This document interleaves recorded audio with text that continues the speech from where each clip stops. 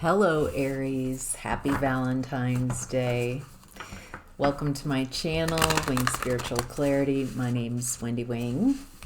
So, this is for Aries, Sun, Moon, Rising, and Venus. Cross-watchers are welcome. I hope this reading finds you doing well.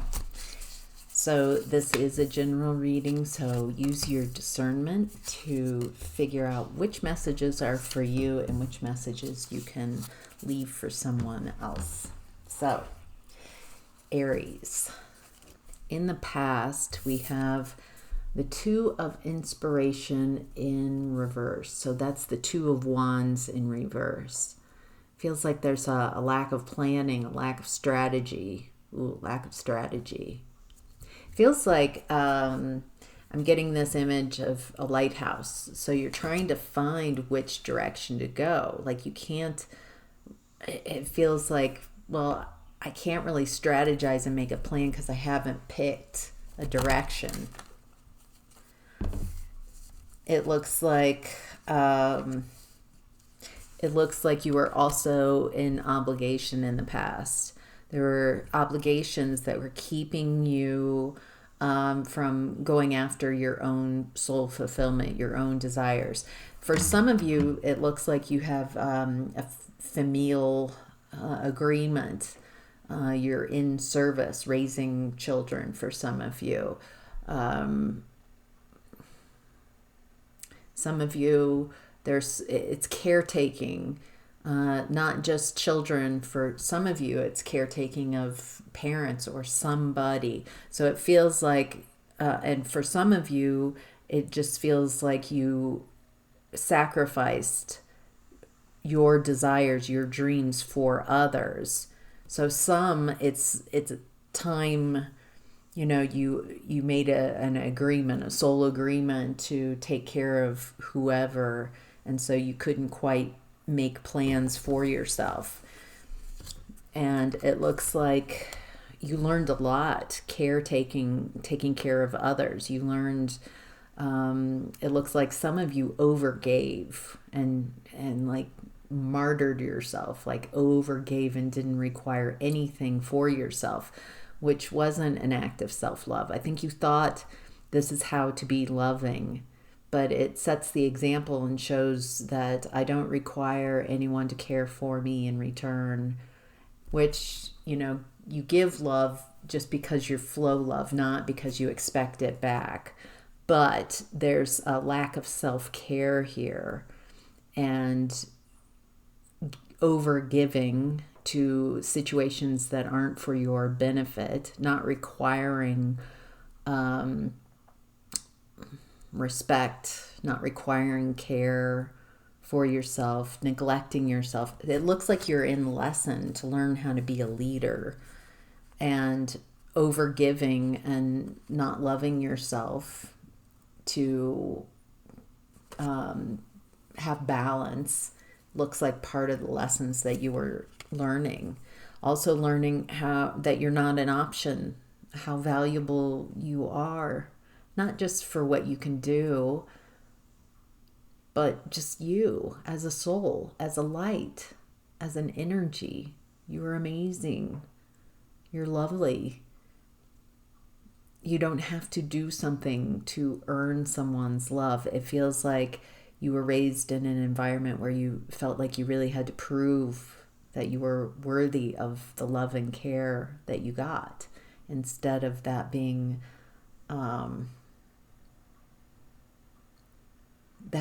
just the basics that you should be loved and cared for. It also feels like it's hard to walk away from things that are emotionally unsatisfying because you were raised tolerating really poor treatment growing up. And so you can tolerate a lot, and there's this picture that means I'm really strong, instead of, this place, these people aren't really for me. I'm not happy. I've tried everything. It might be the place. It might not be here. I'm not with my people. I'm not, So it feels like you're learning a lot in the past and unable to really move in a direction that you would prefer for your soul development. In present energy, it looks like that's changed with the Knight of Wands. Look at the excitement. Okay. This is the energy of Secretariat. This is the energy of, this is a racehorse, for those of you who don't know, in the 70s, I want to say, maybe late 60s. Secretariat, amazing, won the Triple Crown. But this has the energy of the Kentucky Derby. So the second race in the Triple Crown. Where he's in the back of the pack. Like you can watch the video, Google it. You could either watch the movie version, which is fantastic, has a lot of the same energy. They did a great job filming it to get that original feeling of how spectacular this race was. So he starts in the back of the pack, and so it's a pretty short race. The Kentucky Derby track is pretty small, and he's just in the back. The announcer isn't even mentioning Secretariat until all of a sudden, about halfway through the race, from the back on the outside of the track, he just starts passing everybody on the outside of the track. Halfway through the race, that's when he puts it into the gear and just mind-blowing, and finishes, wins with like a length and a half. It's just mind-blowing. If you can tune it, and that's why I'm talking about this, so you can tune into the energy, the excitement, the unexpected. It looks like you're taking moves, you're making moves,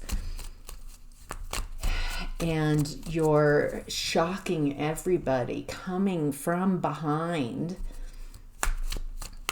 and just gliding by everyone, making it look very effortless and so unexpected. So, wow. All right. But I love this message. Yeah, I think this is mind-blowing, the Tower. I think you're not only blowing your mind, how easy and effortless it is to run on the outside of the track, to go further yet faster than everyone else.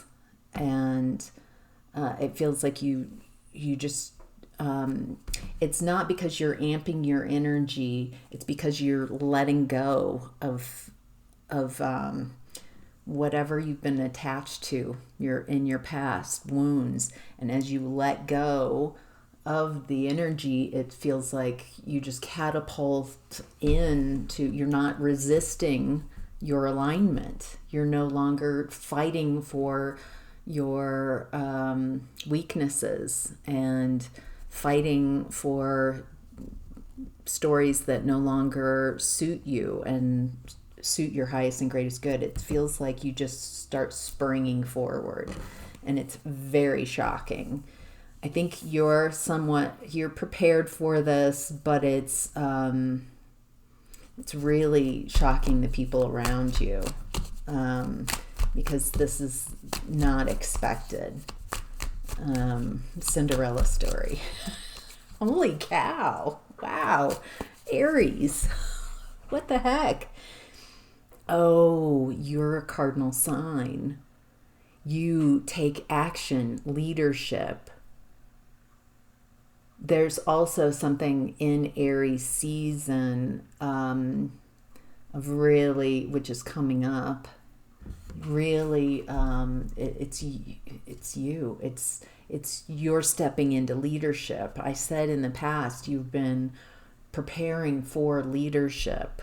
That's what, trying to figure out why things were so difficult in the past. It's to prepare you for what's coming next, if you so choose.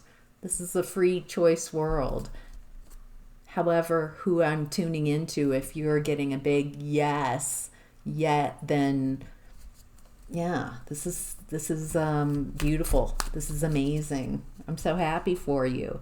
You're really, really, in a powerful way, stepping into leadership, allowing yourself to be yourself, remembering all of who you are. Wow, something very, very special and unique and wonderful going on. Wow, wow, wow. All right, what's hidden this week is the 5 of Materials. So, fear of abandonment, worry about finances, stability, security.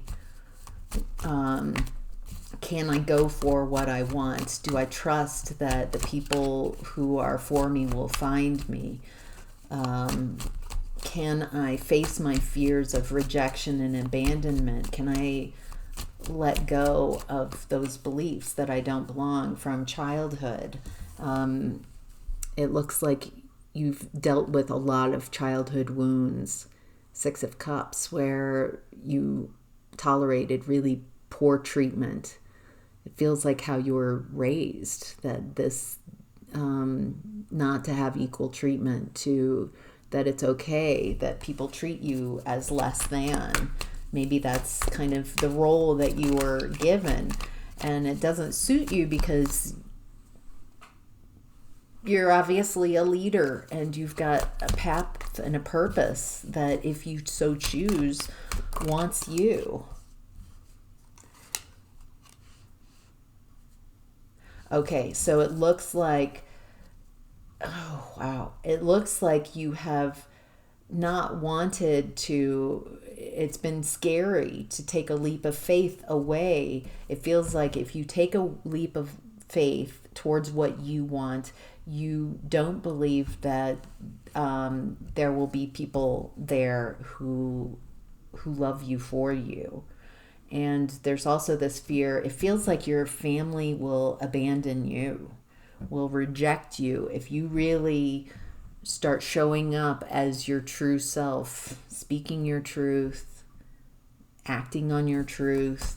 Then there's this fear that they won't accept me. They've never really treated me the way I want to be treated, but at least I have somebody. So it feels like you're kind of working it out. Like, do I want to take this leap of faith?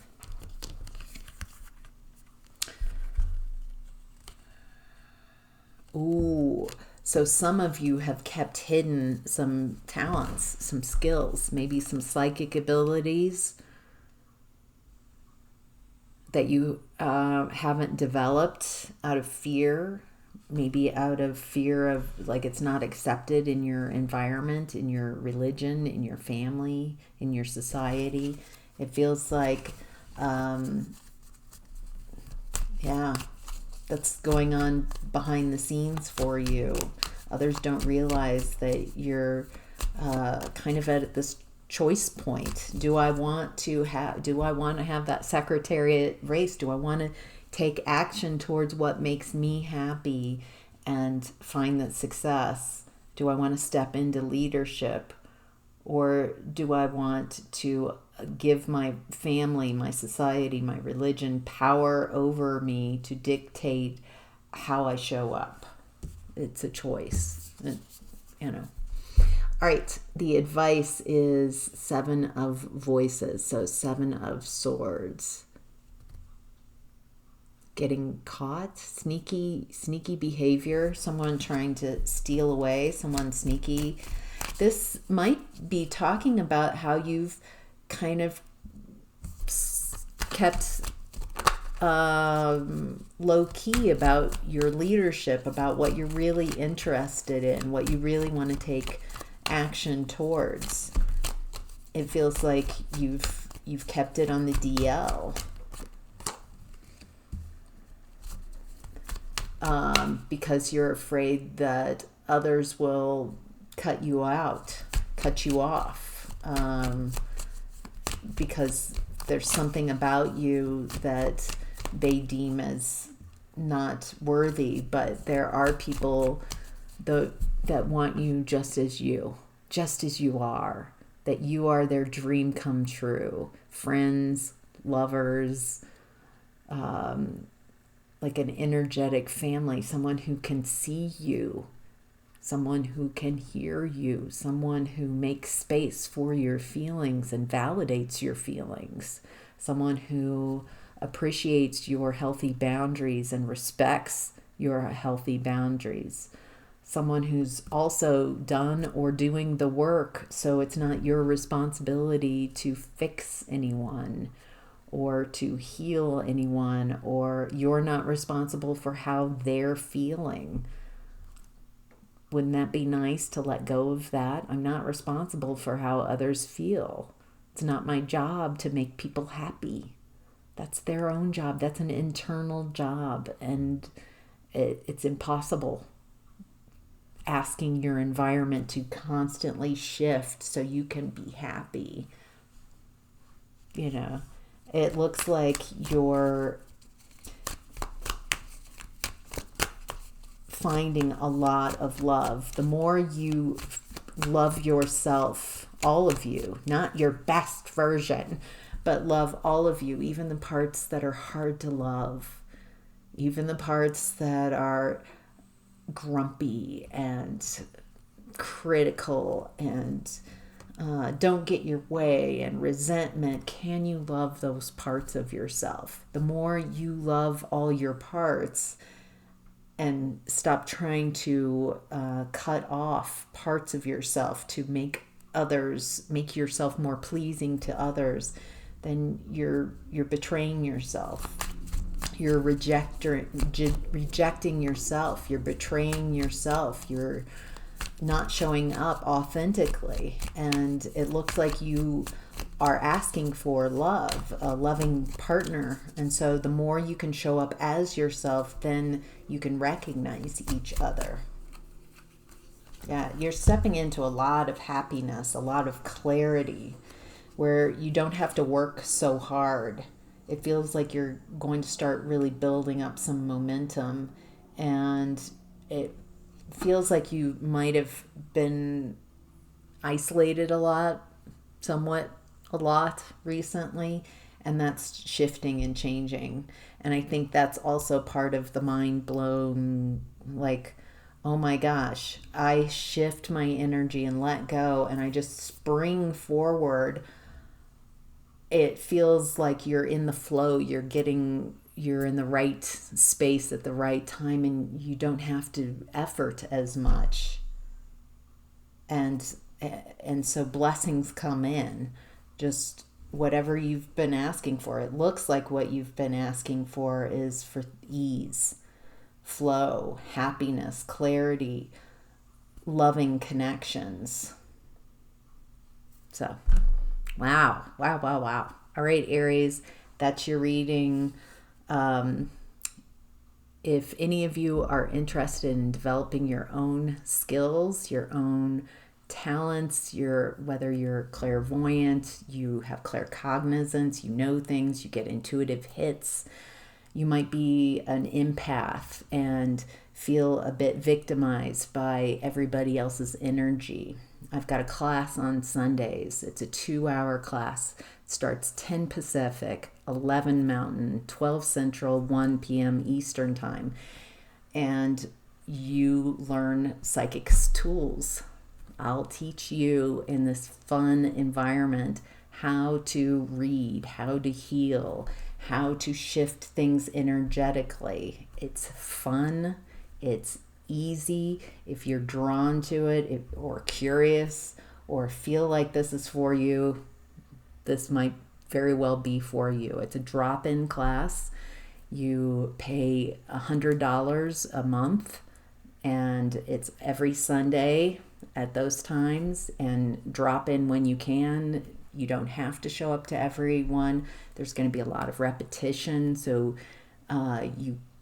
get to validate the tools that you're learning, use them immediately. This isn't talk and like theory, this is putting things into action. You immediately tuning into your skills and developing your skills, learning what's your energy, learning what's not your energy, finding and seeing what blocks are and how to move them, healing, reading, so you can learn how to read energy. There are just so many avenues for this that we're going to explore and add on. So it's a lot of fun, and it's been a lot of fun the last couple of weeks. And so yeah, I hope to see you there. If it sounds interesting, sign up. You can just go to my book online page, and so it's weekly psychic tools class, and sign up, and you can cancel at any time. So all right, see ya.